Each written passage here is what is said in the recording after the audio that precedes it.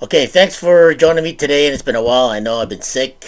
I'm trying to get over this weird cough, cold, whatever virus I've got. It's pretty much hitting everybody as well too. Let's move on for this craziness that this whole world is uh, experiencing with the whole presidency and I don't know. It's just weird. But anyway, let's jump into the Micah Miller's case about what between her and so-called pastor of yeah, you gotta watch out for these pastors who had a past. You understand? Pastors. So anyway, that's kind of ironic how it's pastors past, and now they're godly men, so-called godly men. So anyway, I'm no angel myself, but I also know what's right and wrong. And this guy who happens to be a pastor who married Micah Miller, who supposedly who outs herself. Okay, I don't want to say the word. You know, yeah, because of the algorithm and all that and all that stuff. But let's just proceed. But anyway, thanks for joining me today on my LA Entertainment TV podcast vlog. And it's been a while since it's been on my podcast. And don't forget to hit me up on my Spotify, LA Entertainment TV podcast vlog, and on my Spotify, as well as all of my social medias. And my social media handlers will also be under the description below. Okay, so let's move on to the Micah Miller case. Anything to know about the Micah Miller case, just Google it. All we know is that it's still going on. And the news that the local North Carolina investigation tapped the U.S. Attorney's Office and the FBI while looking into the death of Micah Miller, a 30-year-old woman married South Carolina pastor John Paul Miller, supposedly a godly man, who did a lot of hideous, sinister stuff and still did it, and then mirrored it and then blamed it on his wife, who supposedly had some kind of mental breakdown and said she needed her lithium. If she didn't have her lithium, she wouldn't have ousted herself. I don't know, because I don't take lithium, so I don't know what's all that about. Apparently it's supposed to help her, but anyway, Miller, many Fed conspiracy theorists online, but the Robeson County Sheriff's Office has since denied that aid from federal offices was regarded to Micah Miller's case. His investigations have been contacted federal authorities since that early stage of Micah Miller's investigation.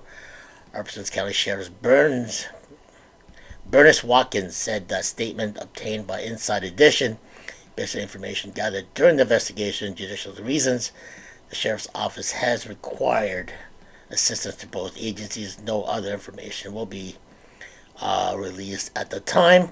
The statement of the sheriff was later refused Tuesday by Dan McLean after an investigation by the Sheriff's Office, who clears that the federal help has urged to look information that is unrelated Micah Miller's veteran investigation. The Sheriff's Office, who clarified the federal help us request to look into information that is unrelated to Michael Miller's death. Investigation in North Carolina. Michael Miller's death remains to be declared as a suicide. So is it a suicide?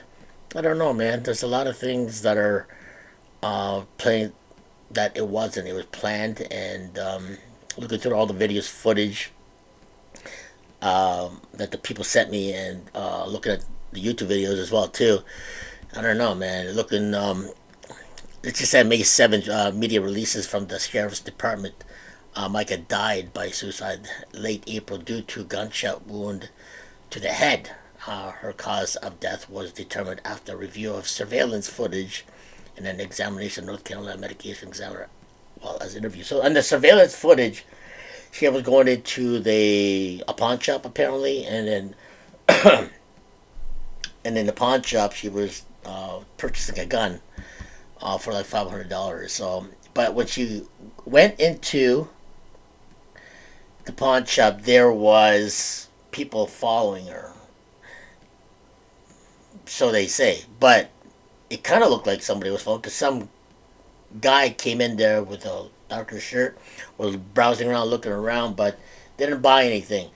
And same with this other guy, who was a darker man, was doing exactly the same thing. So I don't know whether she was being followed or being tracked by Jean Paul, but it just seems very suspicious. And don't forget, he had a lot of power in that area because he is supposedly a godly man, a pastor who owns his own church and has got it all together, who happens to be mentally ill himself. Look up on that and do your homework as well, because that, my friend, is not right for her, the family, and the whole organization. If you call yourself a pastor and you believe in God and doing those heinous acts and heinous acts, I don't know, man. That's, you might want to definitely repent about what you did or supposedly you didn't do. But anyway, so according to the media release, the sheriff's department, Mica died of suicide. Okay, we should write that right. However, it has been online chatter on TikTok. Mica, because of 9/11, call was made prior to her passing. Her death also came just days after she told the police officer that she was scared of her life after she found GPS track on her car and razor blades on her tire, according to the ABC News. So Michael was also in the midst of separating from her husband, who has not been named suspect in connecting to her death, who is not a suspect in connection to her death. Excuse me. Who's not a suspect in her death? Who apparently released a photo of her apparently naked on Facebook. Who rented a house adjacent to her apartment, who put a tracker on her tires, I think 3 times, and have her followed. So I don't know. Is he? I don't know. You might want to ask those questions yourself. So okay, so she was a beautiful inside and outside. Michael's husband said during the eulogy, but I got to lay next to her body. But I got to lay next to her body, spent time with her body about 4 times this week. Each time it still didn't hit me. I thought she was gonna make up, even tried to raise her from the dead at times. Even tried to raise her from the dead. What do you see? Jesus? I don't think so. You're not Jesus and you're not gonna raise her from the dead. And you're not God. Okay, it's just because you are supposedly a pastor and a godly man who repented from your sins and still sinning and do that heinous act. Whether you did it, your blood is on your hands. It's not from the authorities, it's from the big man upstairs. And he's tracking you and he's following you. And he doesn't even need to use a tracker because he's got on you. So let's put it that way. So what happens to Mica Miller? April 27, Mica was seen in the footage leaving her home, Myrtle Beach, South Carolina, 11:30 a.m. Each of Mica went to Dick's Pawn Shop. There you go, Dick's Pawn Shop, 1212. And she purchased a gun. Mica then made a 911 call at 254 and asked if dispatcher was able to track her location. The dispatcher asked Mica to tell her what happened, which Mica responded, "I'm about to kill myself and I just want my family to know where I am and find me before I hang up." Okay, that right there, apparently think she outs herself at that location, and that location happens to be J.P. Miller's lawyer, which owns an acreage of land, not around that area. So, you got to put those pieces and puzzles together as well too. So it does seem very suspicious. But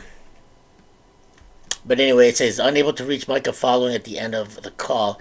The dispatcher then contacted local authorities to find out Mica's black Honda Accord at the Lumber River State Park in Orem, North Carolina. So those of you who live in the North Carolina area might want to check out the Orem, North Carolina Lumber River Park lot, River Park State Park. Get my tongue twisted here. But anyway, The investigators located a signature gun case, in the passenger seat of the vehicle, and the ammunition in the center console of the vehicle. Investigators also found a receipt for the signature handgun from a pawn shop and the receipt from the convenience store in the vehicle. Both receipts were dated for the same day of Mica's death, April 27, 2024. According to a press release, while they were searching for Mica, police were approached by an individual who said they found a bag near the edge of the water and said he heard crying and a gunshot while he was fishing. The bag had Mica's ID in it. So you might want to check that video as well, because he got interviewed from one of the networks, and he apparently saw it or heard it, but he saw the bag, Mica's Miller bag, and he took the bag, and then he drove off with the bag and came back and give it back the bag. That was just really weird.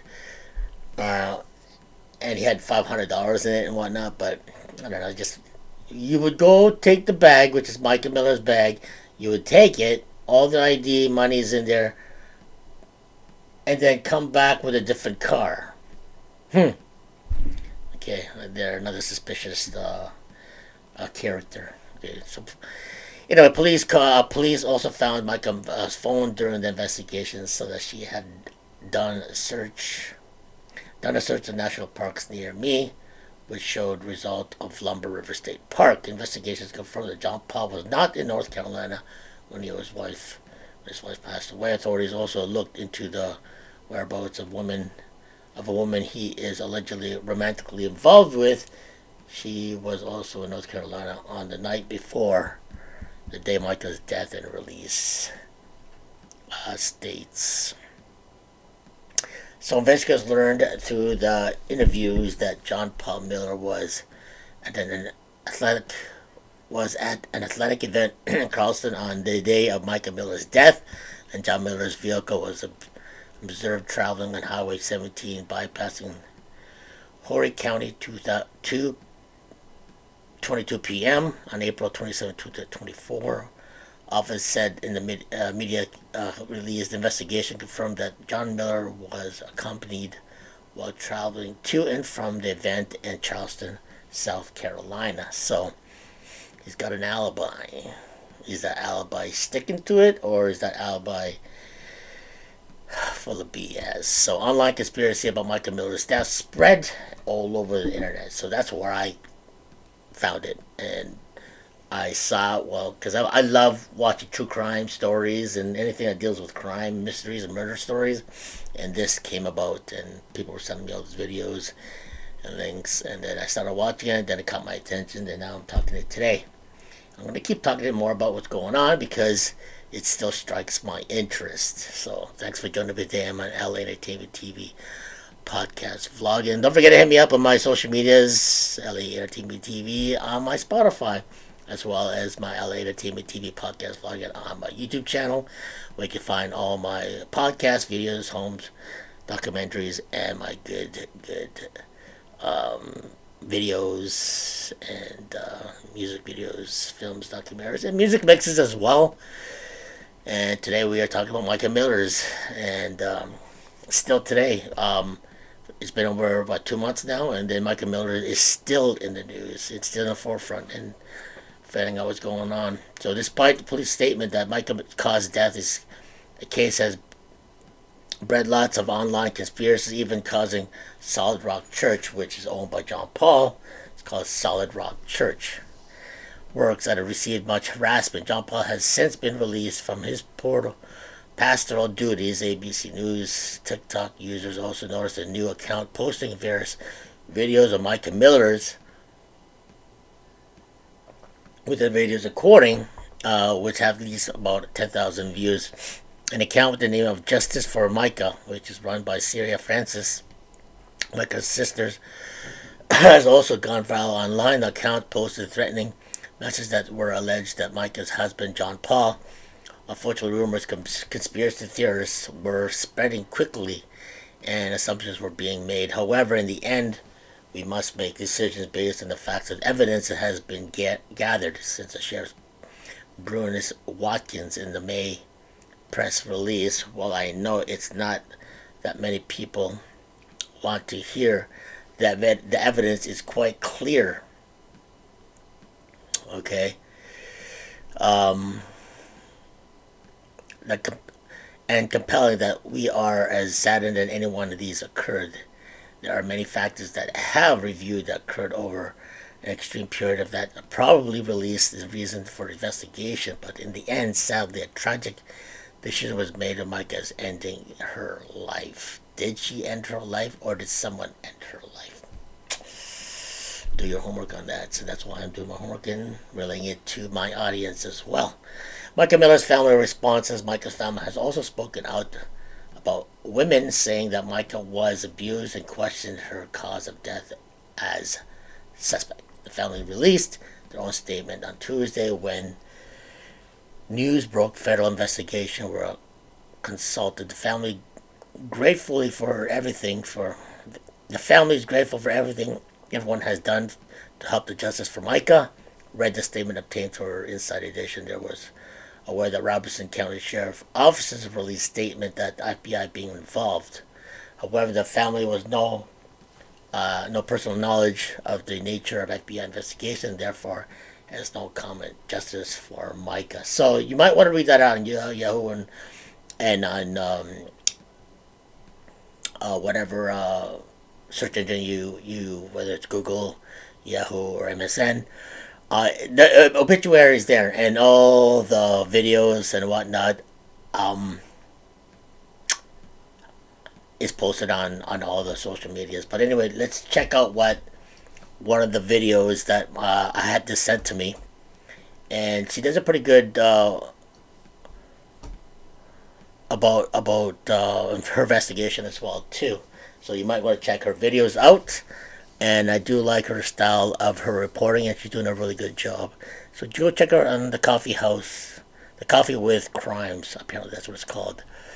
And she's going to give you more intel about, the Coffee with Crimes podcast. So she also does a really good job on finding out the truth and digging deep of what's going on. So let's go check out what Mica has to say, and let's talk about it.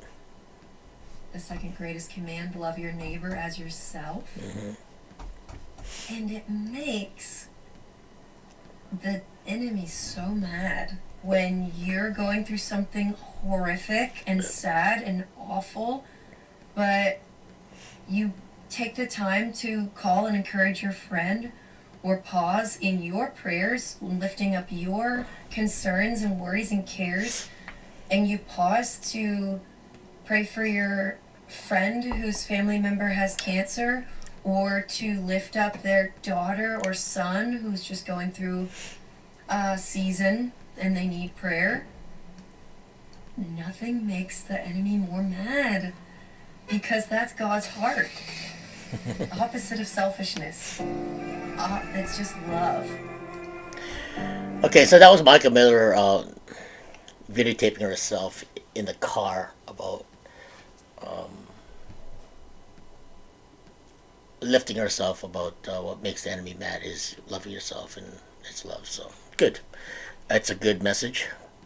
But let's hear what. Do another episode. Okay, so. Definitely a work in progress. Okay.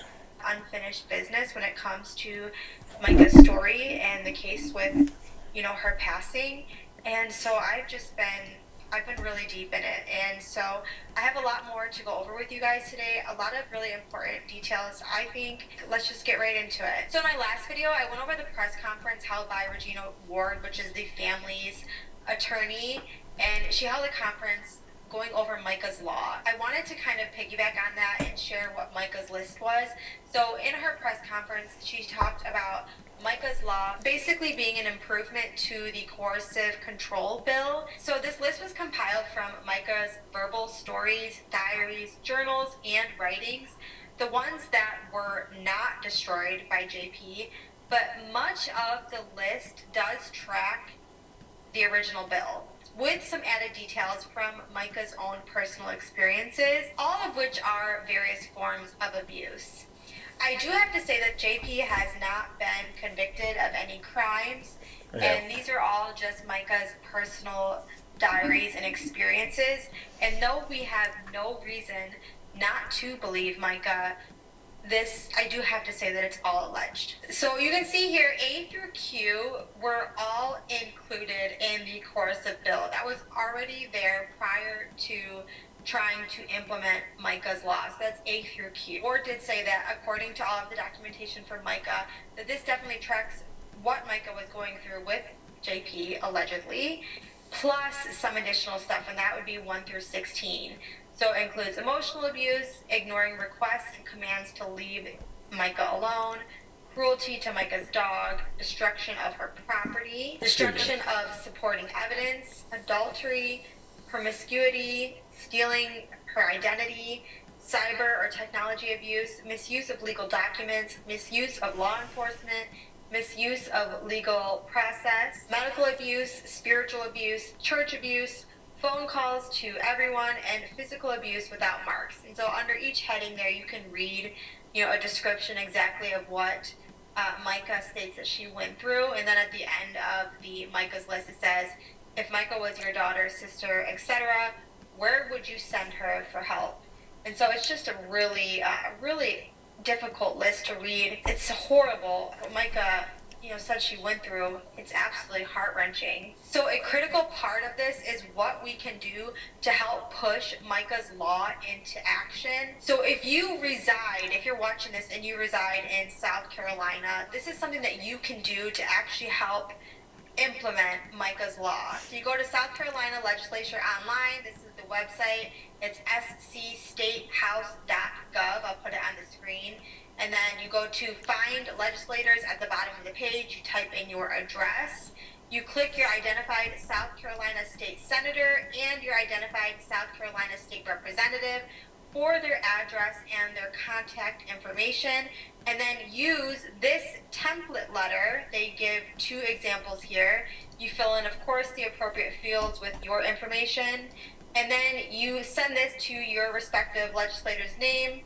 You sign each letter, again, to both your representative and your state senator. I'll make sure to link this PDF in the description below, so you can go ahead, again, if you are a resident of South Carolina, you can go ahead and fill out these templates and mail them to your state representative, your state senator, and help make Mica's law official.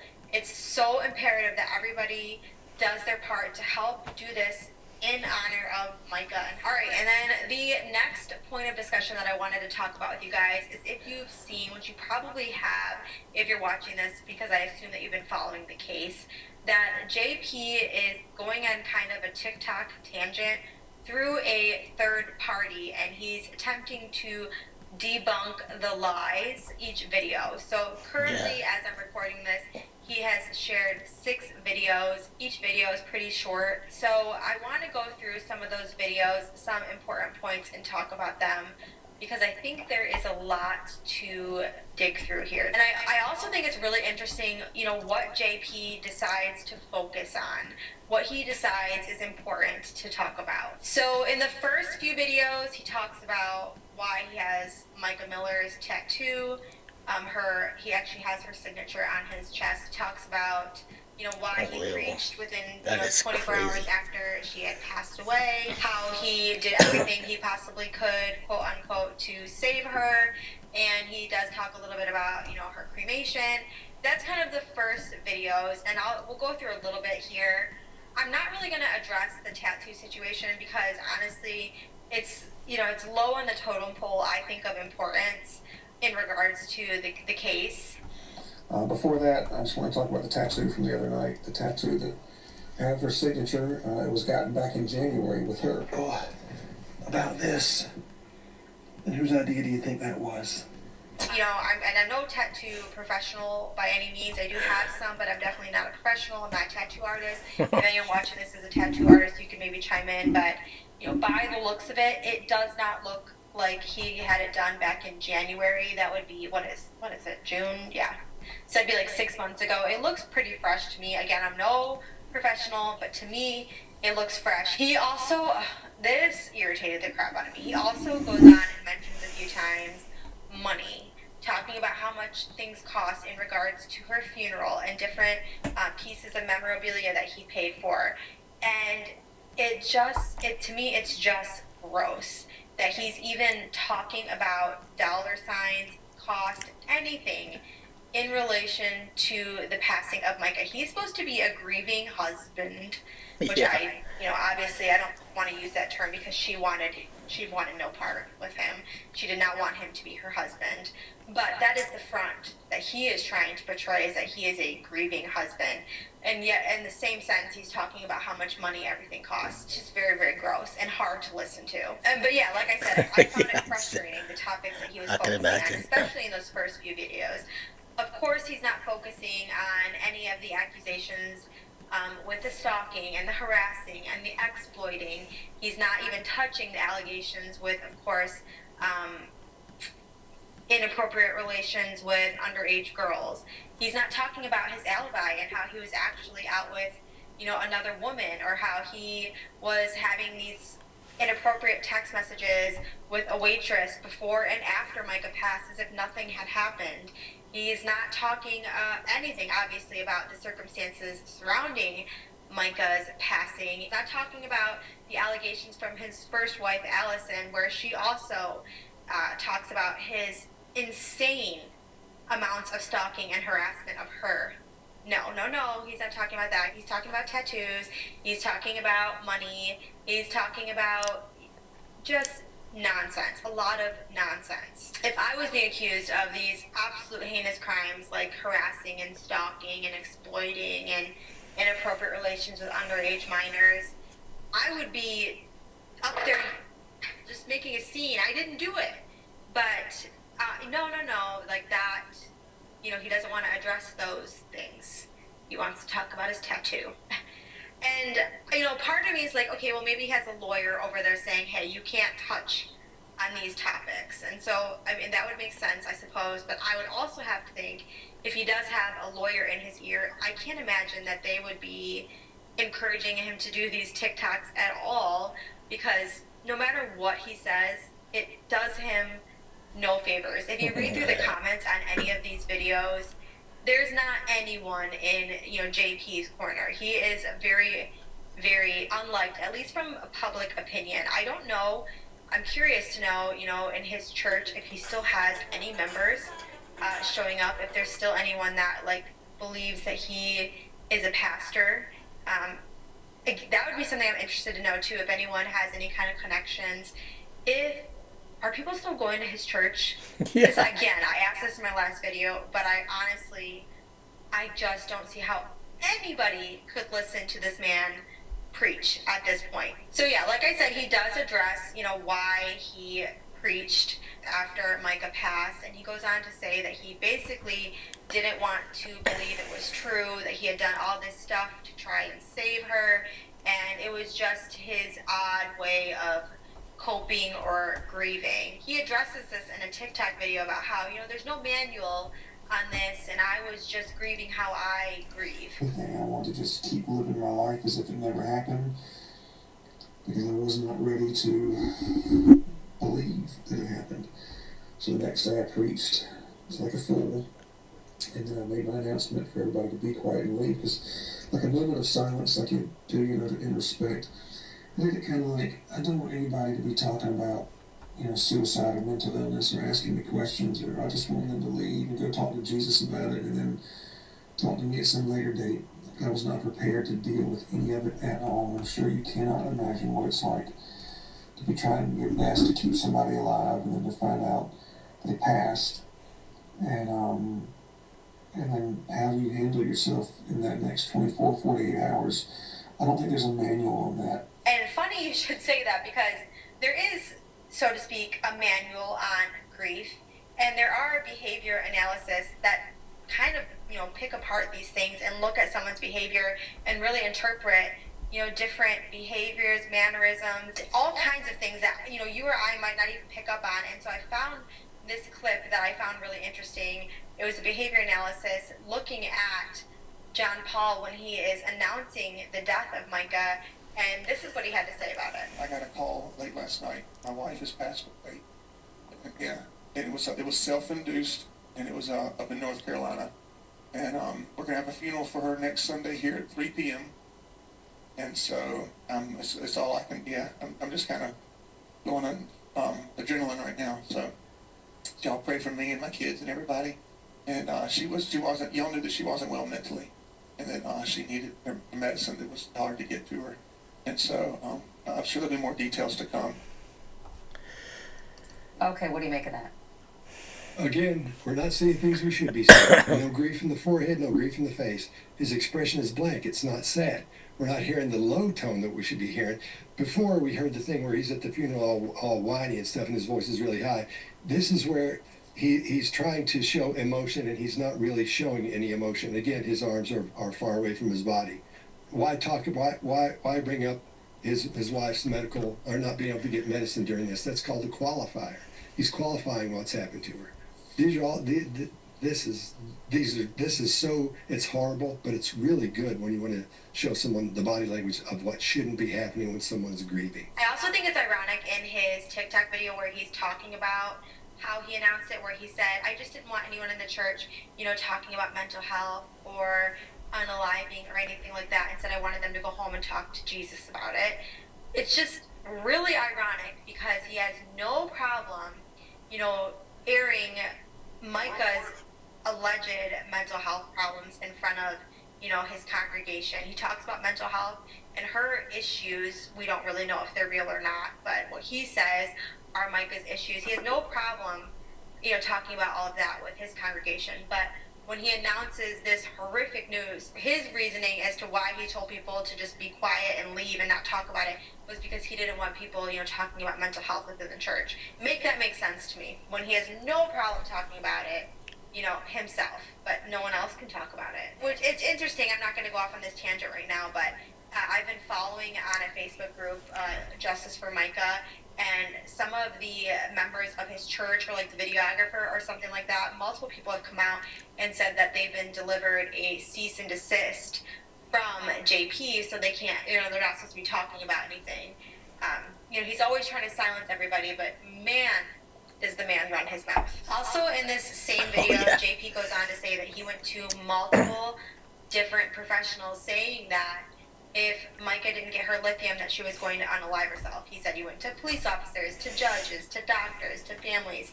But specifically, those professionals that he listed, like the officers, the doctors, the judges, he said he went to them and said if she didn't get her medication, she was going to unalive herself. I spent the past 3.5 months doing everything I could to keep her alive. My goal was every single day to find somebody, some way to get her medicine, because I told them that she was going to commit suicide if she didn't get her lithium. And I went to her pastors, counselors, doctors, policemen, judges, friends, family, roommates, everybody you could possibly think of, and nobody believed me. So to get that call that night that it happened, I'm sure you can imagine what a failure I felt like, as well as this just can't be true. It became my worst nightmare. There's no way. Okay, so if you want to watch the rest of this video, go check out the Coffee with Crimes with the Coffee with Crime podcast. She does a really good breakdown of the whole Michael Miller case, and thanks Jason for sending me this link, because I do watch it when it comes to murder mystery cases, and Mike is always going to stand up there on the high totem pole simply because we're all the children of God, and this guy, so-called J.P. Miller, is the man of God who's preaching the word, and Duhanius act behind the scene, and looking through the other videos and seeing her that he was actually grooming her when she was 9 or 10 years old. Don't quote me on that, maybe 13 or 14 years old, but then he ends up marrying. He ends up being the pastor who married her when she was 18, and then they end up getting a divorce, and then he ends up marrying her. What? What is going on? So anyway, that is seriously grooming. That is very, very. That's alarming. It's something not right with that. So you know what I mean. So, but for him doing that heinous act, whether he did it or not, but he's really going on this tangent, going on TikTok and whatever platform is that. I'm gonna have to check that out on TikTok to see what's going on. But throwing the other videos, he's really going on a rampant about trying to redeem himself and um, really trying to say that, hey, I didn't do that, but this is what happens without taking the lithium. She wouldn't have done that, blah blah blah, because she's in the highs and lows, bipolar 1, bipolar 2. He says basically bipolar 2, you're in the highs of the highs, you want to give out some money, and then you're in the low and low, you want to commit suicide, and that's what she did. And she didn't have her lithium. If she didn't have her lithium, she would have out herself. So for him to do that, him to say that on TikTok is trying to tell the audience, his audience, or other people out there in his congregation, so-called church, it's more like a brainwashing method of their people who actually go to his church. He is trying to redeem himself by saying these things, and I don't know, it's not working. You can read between the lines, and you can even read them that this guy's got some serious problems. Not just mental problems, but he's got some serious problems. And for him to do that, and he wiped himself really clean, whether he's got the pockets of the law enforcement in that area, or he brainwashed the whole incident. But there's people who do know the truth, and the people are rebelling. And I don't know, man. It just seems like he is very adamant, and he believes in his lies, and his lies is being told by him, and you could read between his lies. You could tell he's lying, but he's a good liar. But for those who can really read people, he's really good at what he does. And man, I don't know, man. I would never, ever trust a man like that. Whether he has a history and he redeemed himself and he gave himself to God, but he does this heinous act and then cheats on his wives, has 2 divorces, has about 4 kids, and has sex with prostitutes in front of her. What is up with that? All right. So anyway, so read between the lines and then really dig deep on who's really at fault. And it could be both parties. It could be him. It could be her, or it could just be her, for instance. But I don't see it. She was trying to run away from him, and he was adamant, having people gang stalking her. I think it was called gang stalk or whatever it's called, but it you can see it on the videos. It's really adamant. In that video, when she was trying to buy that gun, her face was all puffed up. She had bags on her eyes. She looked like she hasn't slept in days. I think she was going to work apparently, but there was like cars going in and out of the gas station, just watching her movement. And she was in and out of that gas station, trying to get some gas and going. It was just weird how that whole incident is just unfolding and watching the video. And videos don't lie. Well, it can be manipulated, but when you see that video and it hasn't been touched in the CCTV, you could tell she was like scrambled and didn't know what to do or what she was doing, and she was like desperate. And my hearts go to her. I don't know whether she out herself or not, but God don't like seeing that, and hopefully she's in the right hands, and may God rest her soul and be at peace, and hopefully God would see that, and she gets justice and justice for Mica apparently. So I will give you more insight and more tune on what's going on as well too. Be sure to check out the Coffee with Crimes with podcasts It's very good insight of it. She does a good job. And thank you for sending me that video. And then I will give you more what's going on with this case as well, too. And thanks for joining me today. I'll leave it as that. Thanks for joining me. Don't forget to hit my subscribe, like, comment down below on my YouTube channel, as well as my Spotify. This will be definitely going on my Spotify. I've been MIA for about a month, 2 months, and it's time to me to put up some content out there again, starting with my podcast today on Mica Miller, Justice for Mica. And we will see you soon. More videos commentary come very shortly on my YouTube channel, and as well as my Spotify. Be sure to hit me up, like, subscribe, forward to everyone you know, and we will see you in the next video. Okay, that's it.